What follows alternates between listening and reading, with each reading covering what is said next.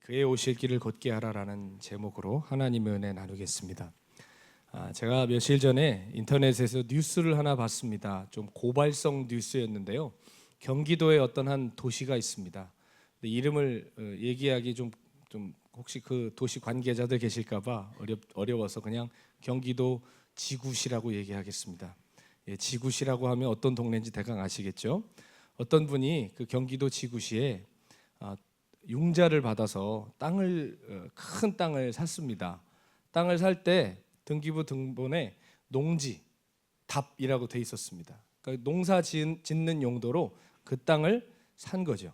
그래서 이분이 큰 돈 들이고 땅을 샀으니 농사를 잘 지어보려고 농작물을 심었습니다. 파도 심고 뭐 여러 가지 농작물을 심었는데요. 문제는 뭐냐면 이게 쭉쭉쭉 잘 자라줘야 되는데 아무리 좋은 씨앗을 가져다가 심어도 이게 시들시들 말라 죽고 마는 거예요. 몇 번을 심어도 그렇게 되니까 이게 왜 그런가 궁금해서 여러분 같으면 어떻게 보시겠습니까? 종자를 바꿨는데도 또 그래요. 그러면 종자 문제가 아니라 어디 문제일까요? 땅 문제일 수 있겠죠. 그래서 땅을 파봤는데요. 세상에나 엄청난 양의 쓰레기가 묻혀 있었습니다. 포크레인을 대동해서 팠는데요.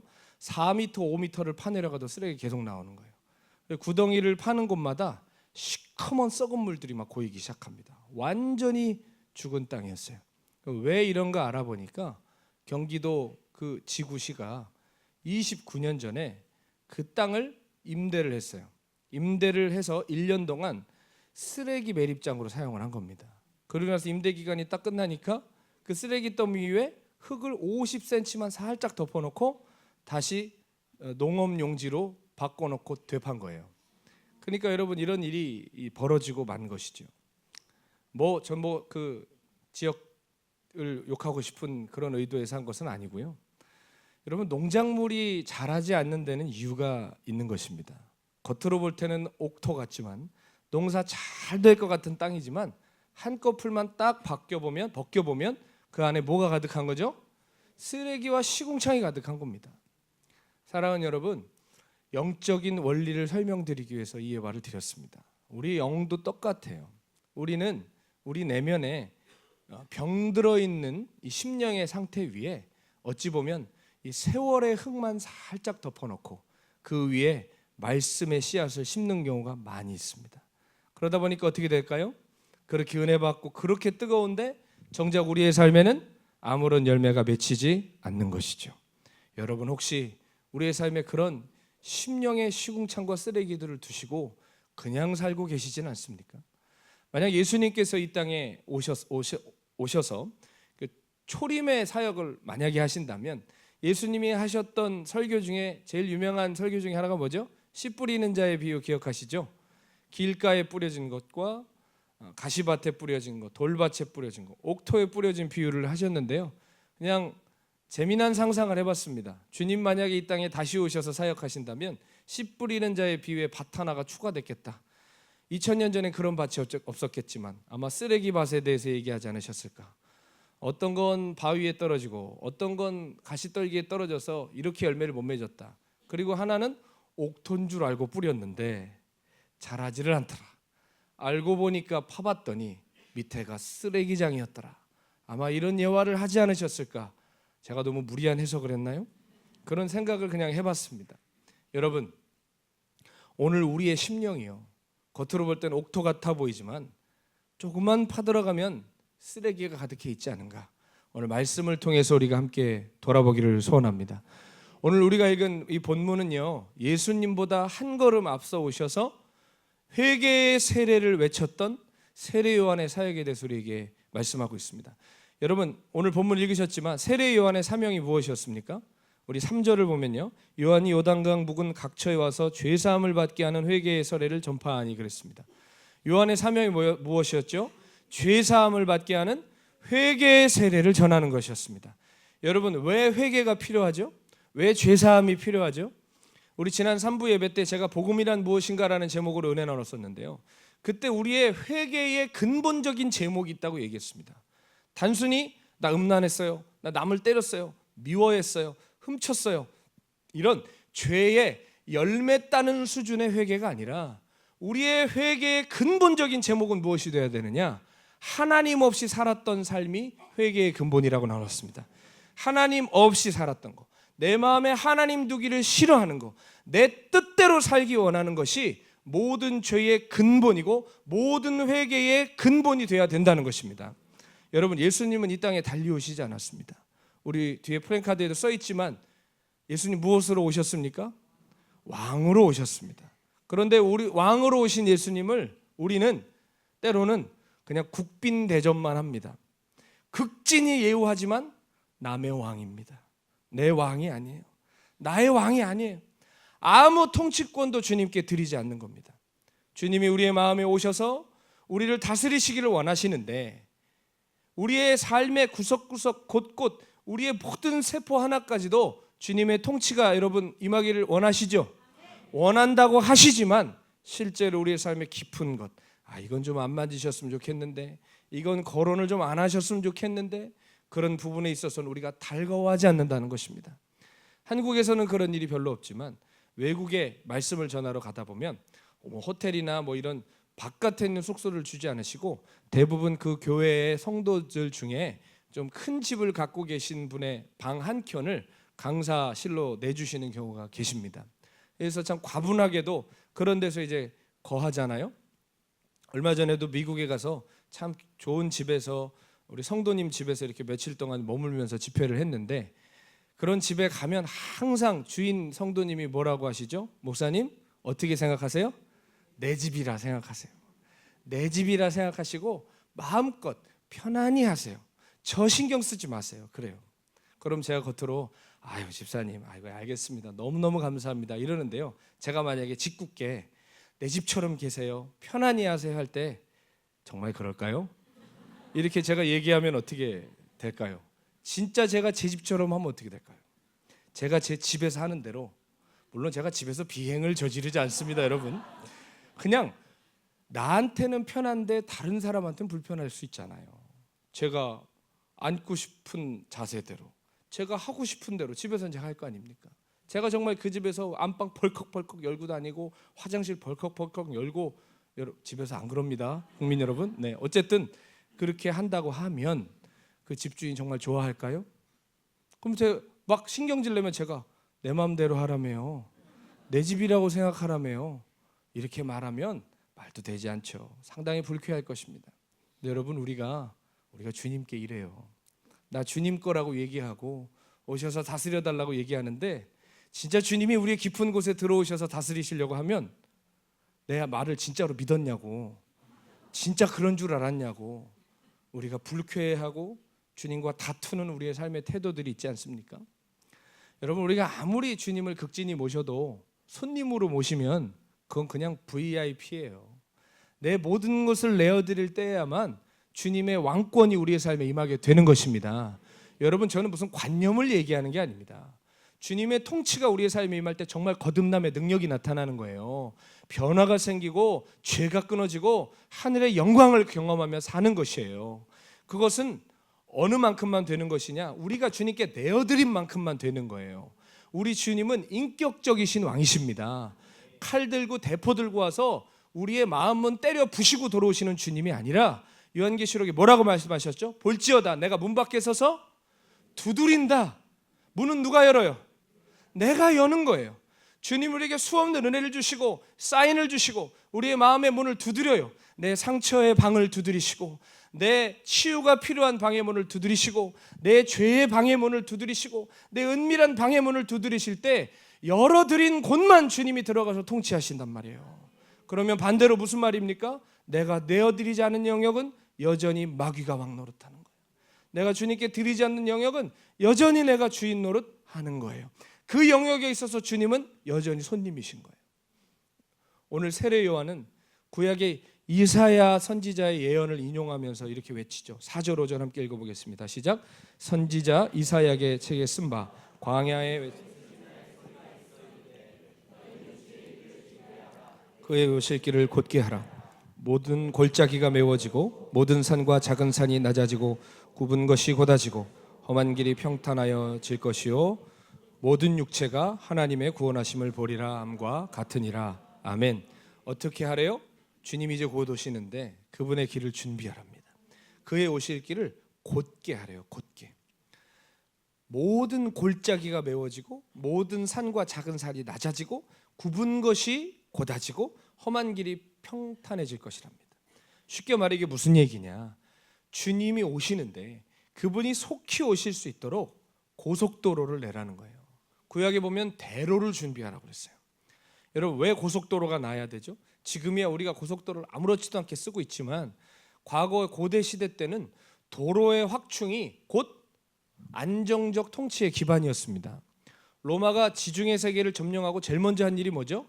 길을 냈어요. 포장도로를 냈어요. 전차가 달려갈 수 있도록 어디나. 그래서 이런 속담 있지 않습니까? 모든 길은 어디로 통해요? 모든 길은 로마로 통한다. 여러분, 이게 달리 나온 말이 아닙니다.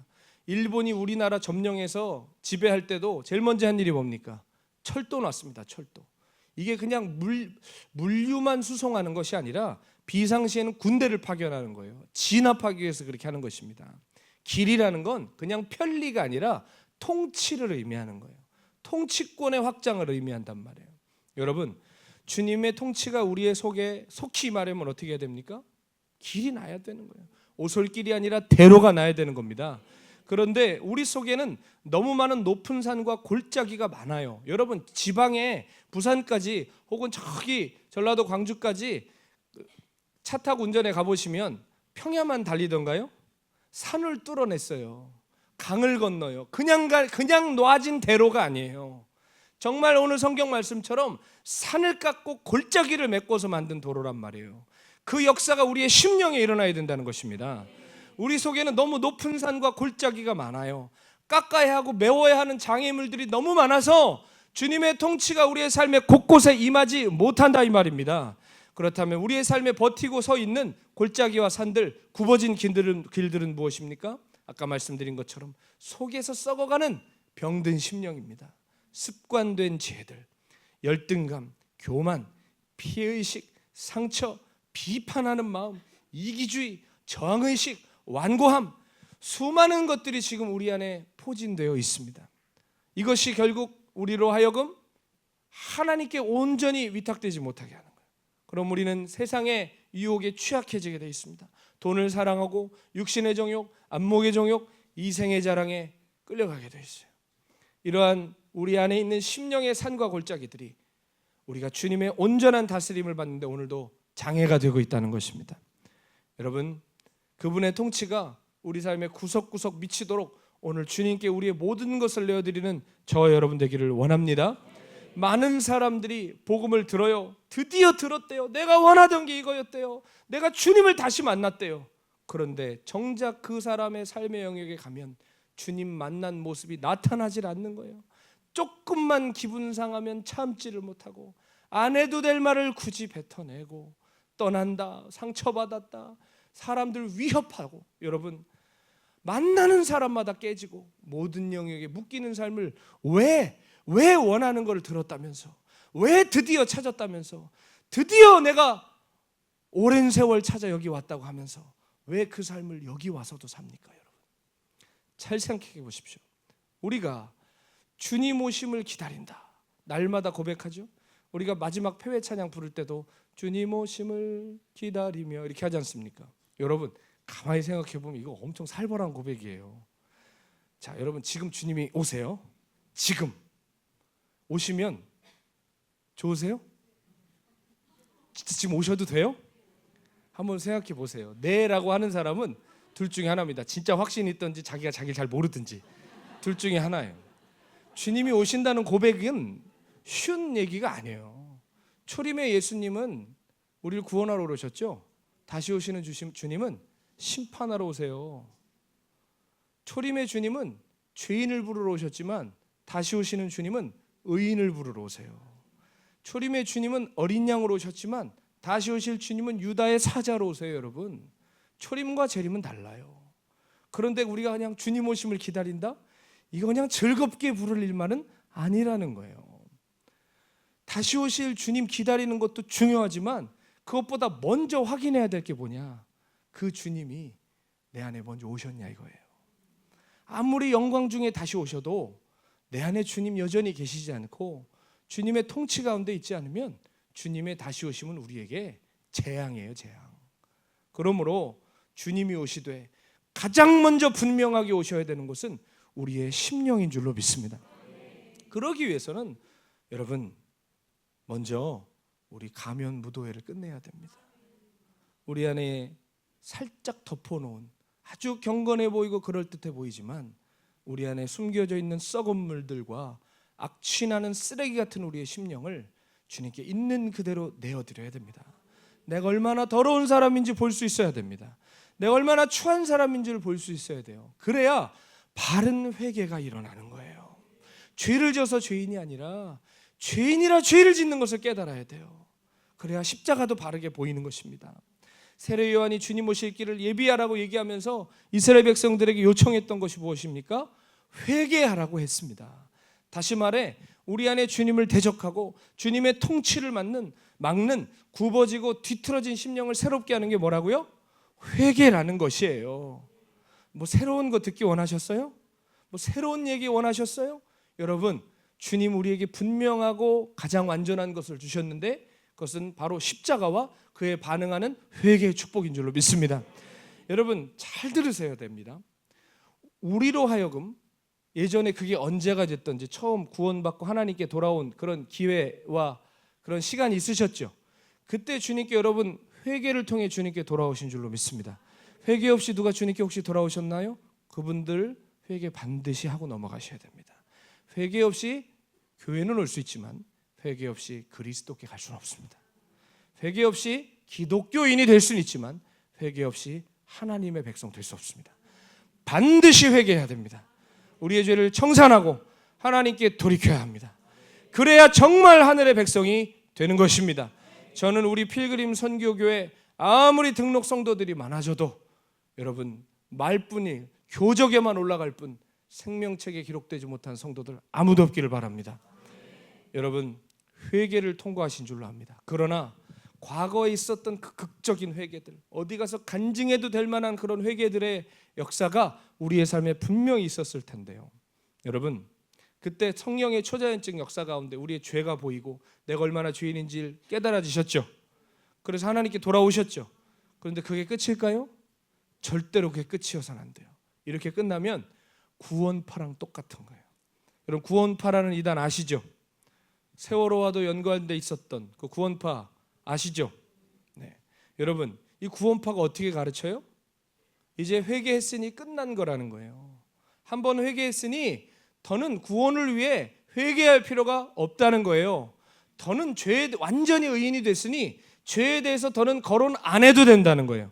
여러분 굉장히 그럴듯해 보입니다. 그렇죠? 그러나 그것은 우리의 삶을 경건으로 끌어갈까요? 방종으로 끌어갈까요? 방종으로 끌어가는 거예요. 의인인데 회개 왜 해? 죄 지어도 의인이라는 거예요. 어떻게 해도 의인이라는 거예요. 사랑하는 여러분, 한국교회가 구원파가 거짓 진리라고 분명히 깨닫고 구원파를 이단으로 정해놓았죠. 그러나 여러분 우리의 신앙생활의 족적을 살펴보십시오. 필그림 선교교에서 신앙생활 하실 때뿐만 아니라 이전에 살아왔던 삶들 한번 살펴보십시오. 구원파와 얼마나 흡사했습니까? 구원받은 셈치고 그 다음에 축복 얘기하고 능력 얘기하고 선교 얘기하고 여러분 이거는 풀썩 주저앉을 지옥 뚜껑 위에 서 있는 겁니다. 반드시 회개 통과하셔야 됩니다. 그리고 날마다 회개하셔야 됩니다. 과거의 회개로 단번에 구원받았다고 여기면서 당연하게 받은 셈치고 살고 계시다면 속고 있는 거예요. 여러분 기억하세요. 진짜 회개한 사람은요 오늘도 지금도 회개하는 삶 삽니다. 과거에 믿어지셨어요? 그럼 지금도 믿어집니다. 지금 믿어지지 않는 믿음은 이미 죽은 믿음이고요. 지금 회개하지 않은 신앙은 무효가 되는 거예요. 지금 우리의 신앙의 자리에 회개의 자리가 있는지 확인하는 저 여러분들 되기를 원합니다. 회개는 우리에게 생명을 가져다 주는 거예요. 회개는 우리를 구원으로 인도할 뿐만 아니라 구원받은 백성답게 살게 하는 능력을 가지고 있어요. 그러니까 우리 안에 회개가 메마르면 우리 속에 다시 그 시궁창 물들이 몽글몽글 솟아나와요. 우리가 살짝 경건한 척 덮어놓은 그 밑에서 쓰레기들이 다시 썩기 시작해요. 여러분 밭농사 지어보셨습니까? 저는 밭농사 한국에서 못 져봤는데 아프리카에서 살 때는 져봤습니다. 한국 작물을 먹고 싶어서 한국에서 씨 갖고 가서 파도 심고 깻잎도 심고 배추도 심고 무도 심고 다 심었습니다. 전 놀라운 사실을 하나 깨달았습니다. 농사를 망치는 것은 어렵지 않다는 걸 알았습니다. 농사를 망치는 방법이 있는데 어떻게 하면 될까요? 그냥 두면 돼요. 그냥 두면 농사는 망합니다. 이상하죠? 작물과 잡초가 함께 자라는데 작물이 잡초를 이긴 적 보셨어요? 항상 잡초가 이겨요. 작물은 삐들삐들 조그맣게 돼버려요. 늘 뽑아주지 않으면, 늘 기경하지 않으면 벌레 먹어요. 닭들이 와서 쪼아 먹더라고요. 이거 제 간증이에요. 꼬꼬댁 소리가 나면 뒤뜰로 뛰어가야 됩니다. 옆집 닭이 넘어와서 막 이걸 쪼 먹어요. 그럼 막 제가 막 돌 던지고 필사적으로 살았습니다. 깻잎 한 장 먹으려고 여러분. 네? 근데 여러분 그냥 두면 망해요. 절대로 저절로 경건해지지 않아요.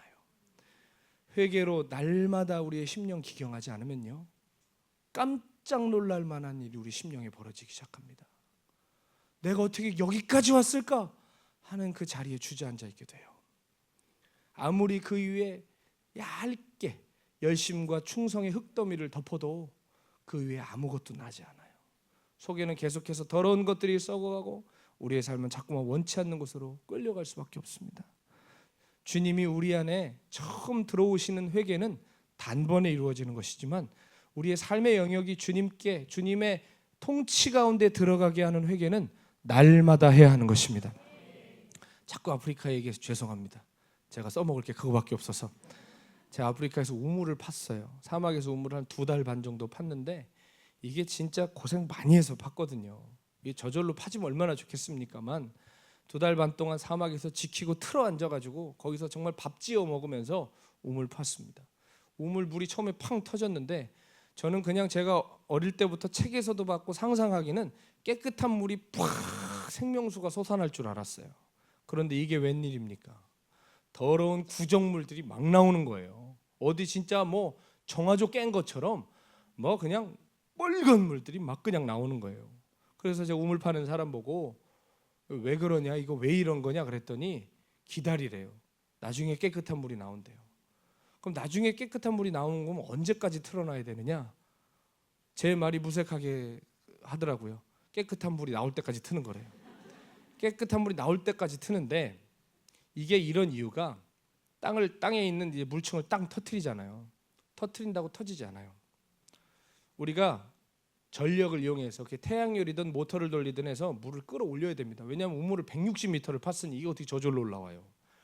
이게 막 끌어올리잖아요. 그럼 이게 물만 올라오는 게 아니라 안반 밑에 있던 더러운 그 안반 찌꺼기들 있죠. 더러운 그런 광물들이 같이 올라온다는 거예요. 그러니까 이게 처음에는 씻을 수도 없고 마실 수도 없는 물이에요. 근데 놀라운 게요, 기다리니까 며칠 있다가 점점 맑아지더라고요. 그러면서 거기 수질 조사하는 사람이 1시간마다 수질을 체크하더라고요. 그리고 나중에는 깨끗해진 물을 저한테 딱 갖고 오더니 마시래요. 제가 마셨더니 정말 단 물이 나왔습니다. 지금도 그 물을 잘 넣습니다. 사랑하는 여러분, 영적인 원리도 이와 똑같아요. 처음에 우리 안에 생명수 터져도 주님 뜻대로 살고 싶은데 잘 됩니까, 안 됩니까? 자꾸 세상 말 나오죠. 세상에 쓰던 말 나오고 세상에서 쓰던 방법 하려고 그러고요. 세상에서 경험했던 걸로 자꾸 주의 일을 하려고 그래요. 그러니까 안 되는 거죠, 이게. 여러분, 그러나 어떻습니까? 매일 나 자신을 주님께 들춰보고 회개하고 주님 앞에 엎드릴 때 점점 마실 수 있는 생명수가 우리 안에 터져 나오는 거예요. 성령님이 그것을 도와주십니다. 매일매일 더딘 것 같지만 우리 안에 주님께서 생명이 역사하게 해주셔서 나중에는 많은 사람들을 살리는 거룩한 복덩어리 같은 성도들로 세워주시는 줄로 믿습니다. 주님이 우리 안에 오시는 것을 넘어서 주님의 다스리심 안으로 들어가기 위해서는 날마다 회개로 우리의 심령을 새롭게 해야 됩니다. 회개할 때 우리 안에 쓰레기들이 치워져요. 회개할 때 우리 안에 시궁창들이 맑은 물로 변해가기 시작합니다. 근데 가만히 생각해 보세요. 우리가 회개에 대해서는 동의하시죠? 회개에 대한 설교 한 몇 달만 안 하면 여러분 힘들어하실걸요? 왜냐하면 듣던 설교니까. 회개를 설교하네 요즘. 여러분, 그런데 잘 생각해 보세요. 회개에 대한 설교는 좋아하는데 지금 우리의 삶에 지금 회개가 현재 진행형인지 돌아보세요. 여러분, 이게 모순을 일으킬 수 있더라니까요. 회개에 대한 설교를 하는 저도 제 삶에 회개가 없을 수 있어요. 회개 설교만 찾아 듣는 우리도 우리 삶을 보면 현장 속에 회개가 멈춰버린 사람들이 있어요. 거듭남에 대한 메시지는 좋아하지만 정말 거듭났는지 돌아보며 우리의 삶을 십자가 앞에 세우는 그것이 멈춰버린 사람들이 있어요. 여러분, 회개가 희미해지면 다시 우리 속에 악취가 나기 시작합니다. 나를 볼 줄 모르면 수시로 남을 잡는 사람이 돼요. 제가 한국으로 완전히 귀국하기 2주 전에 먼 곳에 사역을 마치고 집으로 돌아오다가 교통사고가 났습니다. 제가 당한 교통사고 중에 제일 세고 큰 교통사고였습니다. 저희 동네 가까이 오면요, 이 과속 방지턱이 몇 개가 있거든요. 근데 한국처럼 이렇게 둥그런 언덕배기 같은 과속 방지턱이 아니라 빨래판 같은 과속 방지턱이 있어요. 근데 이거를 일반 차량이 그냥 달리면 다다다다다닥 하면서 이게 차가 망가집니다. 그렇기 때문에 차들이 그 앞에서는 속도를 줄이거든요. 근데 저는 그게 어디 있는 줄 알잖아요. 그래서 가고 있는데 제 앞에 있는 봉고차 한 대가 그거를 못 봤는지 갑자기 급브레이크를 꽉 밟더라고요. 그러니까 뒤에 있는 저도 깜짝 놀라서 브레이크를 꽉 밟았거든요. 끽 소리가 나더라고요. 근데 할렐루야, 안 박았어요. 근데 문제는 끽 소리가 여기서 끝나야 되는데 뒤에서 나더라고요. 끽 하는데 제가 본능적으로 백미러를 딱 봤습니다. 그런데 사람의 계산력이 그렇게 빠른 줄을 몰랐어요. 0.1초 있으면 박는다. 그게 딱 느껴지면서 저도 모르게 몸에 힘을 확 주더라고요. 근데 아니나 다를까 정말 꽝 하면서 박는데 안전벨트를 매지 않았으면 제가 아마 차 밖으로 튀어나갔을 겁니다. 아무튼 큰 사고가 났는데 너무 놀라가지고 아픈 것도 몰랐어요. 다음 날 아주 몸살을 앓았는데 아픈 것도 모르고 멍하고 이렇게 서 있는데 뒤에 차 운전사가 와가지고 두드리더라고요. 현지인이었는데 괜찮네요. 그래서 저도 정신을 차린 다음에 이제 내렸습니다. 내려가지고 이렇게 있는데 괜찮네요. 저거 그래서 뭐 보니까 뭐 어디 부러지거나 다치거나 한 데는 없는 것 같아요. 그래서 괜찮다. 근데 왜 이렇게 빨리 오느냐? 제가 뭐 제 생각엔 핸드폰 본 것 같아요. 운전사가. 근데 어쨌든 왜 이렇게 빨리 왔느냐? 그러니까 그러는 거예요. 이게 고의가 아니라 사고였대요. 그럼 이게 사고지 뭐예요? 그래서 이 사람아, 정신을 차려야지. 보니까 차가요 한 거의 반파 됐어요. 푹 들어갔어요. 뒷자리는. 뒷자리 탔으면 다쳤을 거예요. 감사하게 혼자 있었습니다. 하필이면 또 그날 조그만 차를 탔어요. 사역지 들어가는 아주 탱크 같은 차가 하나 있었거든요. 그거는 고이 모셔두고 조그만 차를 탔는데 이게 아주 그냥 큰일 날 뻔한 거예요. 그래서 제가 이 친구 보고 경찰이 오면 우리 서로가 피곤해지지 않느냐. 여러분, 우리나라는 최종적으로 경찰을 부르면 그래도 해결을 받지만 거기는 경찰이 오면 정말 인생의 가장 복잡한 길로 들어가게 돼요.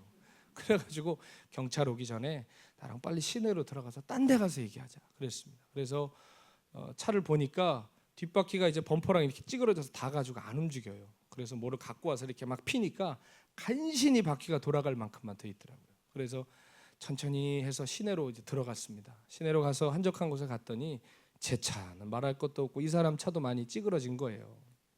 그래서 이거 사고다. 그래 내가 안다. 내가 다른 건 묻지 않겠다. 근데 이걸 어떻게 고쳐야 되지 않겠느냐 했더니 자기가 아는 이렇게 카센터 직원, 현지 직원한테 연락을 하는데 둘이 막 뭐라고 하더니 이거 우리나라 돈으로 한 60만 원 정도면 고칠 것 같다는 거예요. 근데 제가 봐도 절대로 60만 원을 못 고치는 돈이거든요. 이걸 제대로 고치려면 150만 원, 200만 원도 나올 수 있는 그런 것이었어요. 제가 물어봤습니다. 뭐 하는 친구냐? 그랬더니 자기는 택시 운전수래요. 이 차 가지고 사람들 실어 나르는 택시업을 한대요. 그러냐? 그러면 한 달에 얼만큼 버냐? 그러니까 우리나라 돈으로 한 10만 원 정도 번다는 거예요. 가만히 생각해 보니까 제가 이 친구한테 이거 보상받았다간 이 사람 폐가 망신하겠더라고요. 그래서 제가 그랬어요. 솔직히 오늘 당신 잘못인 거 알지? 그러니까 맞대요. 내가 잘못했대요. 근데 이상합니다. 자기가 잘못했다 그러면 마음이 녹아들어요. 그래서 그래 고맙다. 미안하다고 해줘서 고맙다. 나는 여기 선교사다.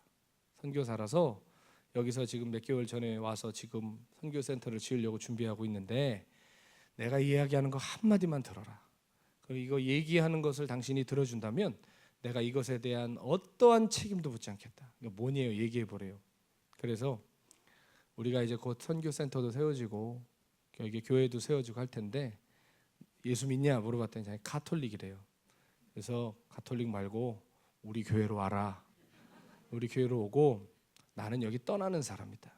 그런데 우리 선교사님들이 계속 남아 계신데 우리 사모님들이 택시를 이용하실 일이 있는데 당신이 오늘 나를 기억하거든 우리 선교사님들을 잘 섬겨 주도록 해라. 여러분 이건 제가 굉장한 호의를 베푼 거예요. 택시로 돈을 벌 수 있는 길을 열어준 거예요. 그래서 고맙다는 거예요. 그래서 제가 그랬어요. 이거 물어내지 않아도 된다. 내가 하겠다. 걱정하지 말아라. 하고 그 자리에서 기도하고 헤어졌어요. 잘했죠? 근데 웃지 마세요. 이게 끝이 아니에요. 그렇게 용서해주고 집에 돌아오는데 마음이 너무 기쁜 거예요. 평강과 감사가 막 물밀듯 몰려오는 거예요. 잠이 안 올 정도로 좋은 거예요. 다음 날부터 목이 뻐근하고 온몸이 몸살 걸린 것처럼 아프는데 그래도 감사한 거예요. 주님 제가 용서했어요. 주님 제가 그냥 보내줬어요. 여러분 선교사도 돈이 아까워요. 선교사도 억울해요. 뭐 선교사니까 당연하지. 보내드릴 테니 얼마나 잘하는지 제가 보겠습니다. 선교사도 아깝고 힘든 거예요 그게. 근데 그 모든 것들 용서하고 이렇게 한다는 게 너무 기뻤어요. 그런데 그 다음 날인가요? 갑자기 주님께서 제 안에 깊은 양심의 눌림을 주시는 거예요. 제가 그 사람을 용서했던 그 선행의 얇은 흙더미를 싹 걷어내시고 제 밑에 숨어있는 위선과 가식을 보여주시는 거예요. 제 선행을 조금만 만끽하게 해주시지 조금도 기다려주지 않으시고 제 속을 보게 하시더라고요. 제가 그때 심정을 다행히도 제가 그 당시에 썼던 일기장에 써놨더라고요. 제가 이렇게 썼습니다. 사고 난 차를 용서했다는 것, 그것은 내게 얼마든지 큰 기쁨이 될 수 있다. 그러나 그것이 다시 내 마음을 무겁게 한다. 왜? 나는 아직도 내 가까이 있는 사람들을 미워하고 있기 때문이다. 내 마음에 미워하고 섭섭함을 느끼던 사람들, 나와 가까이 있는 사람들, 항상 보는 사람들, 저 사람은 어쩔 수 없어. 저렇게 그냥 살다 저 사람 죽는 거야. 내 마음에 이미 규정하고 있다. 그들은 내 차를 부신 적이 없다. 내게 상해를 입힌 적도 없고 재산에 손해를 입힌 적도 없다. 한때, 아니 지금도 그들은 내 이웃이고 나와 직간접적으로 함께 일하던 사람들이다. 그런데 그들을 향한 야속한 마음이 풀리지가 않는다. 물론 자주 보기에 더 어려운 것이 사실이다. 그런데 더욱 힘이 든 것은 여기서 더 이상 진전이 없다는 것이다. 얼굴 볼 땐 웃고 있지만 마음속에는 이미 선을 긋고 살고 있다. 그 사람에 대해 규정하고 있다. 시도 때도 없이 옛날에 있었던 일에 감정을 꺼내서 내 자신을 괴롭히고 그 사람을 죽이고 있다. 내 안에 믿음 없음을 보았다. 변화되지 않으려 하는 완고한 나를 본다. 그 사람들을 변화시킬 수 있는 주님에 대한 믿음이 없고 다른 누구보다 내가 변화되고자 하는 회개가 내 안에 없다. 어쩌면 가장 믿음으로 살아야 할 선교사의 삶에 가장 현실적인 감각만 남아있진 않은가. 일회성 이벤트 같은 화려한 용서는 할 줄 알면서 정작 사랑해야 할 이웃에 대한 용서는 애써 덮고 살고 있지 않은가. 제가 이렇게 써놨더라고요. 여러분 우리가 그러지 않습니까? 우리가 얼마나 이벤트에 강합니까? 우리가 얼마나 화려한 용서는 잘합니까? 그런데 정작 내 지금 가까이 있는 사람들, 내 오랫동안 용서하지 않고 있는 사람들, 저 인간은 저렇게 살아왔으면 저렇게 살다 죽어. 우리의 마음에 이미 규정하고 있는 사람들 여전히 있지 않나요? 선교사로서 그 한 번 내 차를 반파시킨 그 사람은 아무렇지도 않게 보내주면서 자비를 베풀 줄 알았지만 저는 제가 마음에 미워하는 사람들 여전히 용서하지 못하고 있는 부끄러운 선교사였습니다. 더 무서운 건 뭐냐? 제가 풀려고 하질 않더라고요. 진전시키려 하질 않더라고요. 멈춰 있었어요. 마음속으로 당신 그렇게 살아, 난 이렇게 살 테니. 그 사람이 회개하기 원했지 저는 회개하려 하지 않았어요. 주님은 그날 저의 위선을 폭로하셨어요. 사랑하는 성도 여러분, 혹시 우리의 신앙이 너무 이벤트화 되어가지 않도록 경계하셔야 됩니다. 어디 갔다 오고 뭐 보고 오고 특별한 행사나 특별한 계기를 통해 신앙이 성장하고 있다면 그 착각 버리셔야 됩니다. 크리스마스 사역 신청해서 우리가 사랑의 도시락 배달하고 연탄을 나르고 노숙자를 섬기고 다 좋습니다. 그러나 그런 이벤트성 선행으로 우리의 숨겨진 부끄러운 심령을 살짝 덮으려 하지 않으시기를 바랍니다.